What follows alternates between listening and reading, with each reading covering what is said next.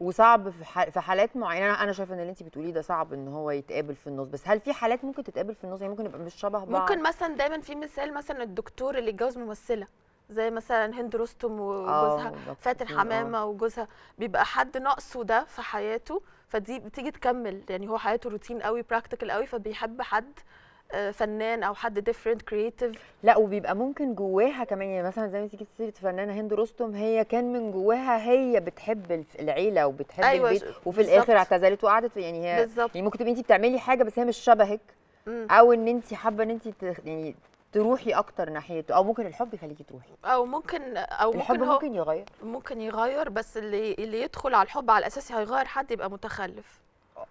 ده انا شايفه كده، لان مفيش حد بيتغير، وانك تعوز تغير حد ده اصلا يعني اهانه للشخص.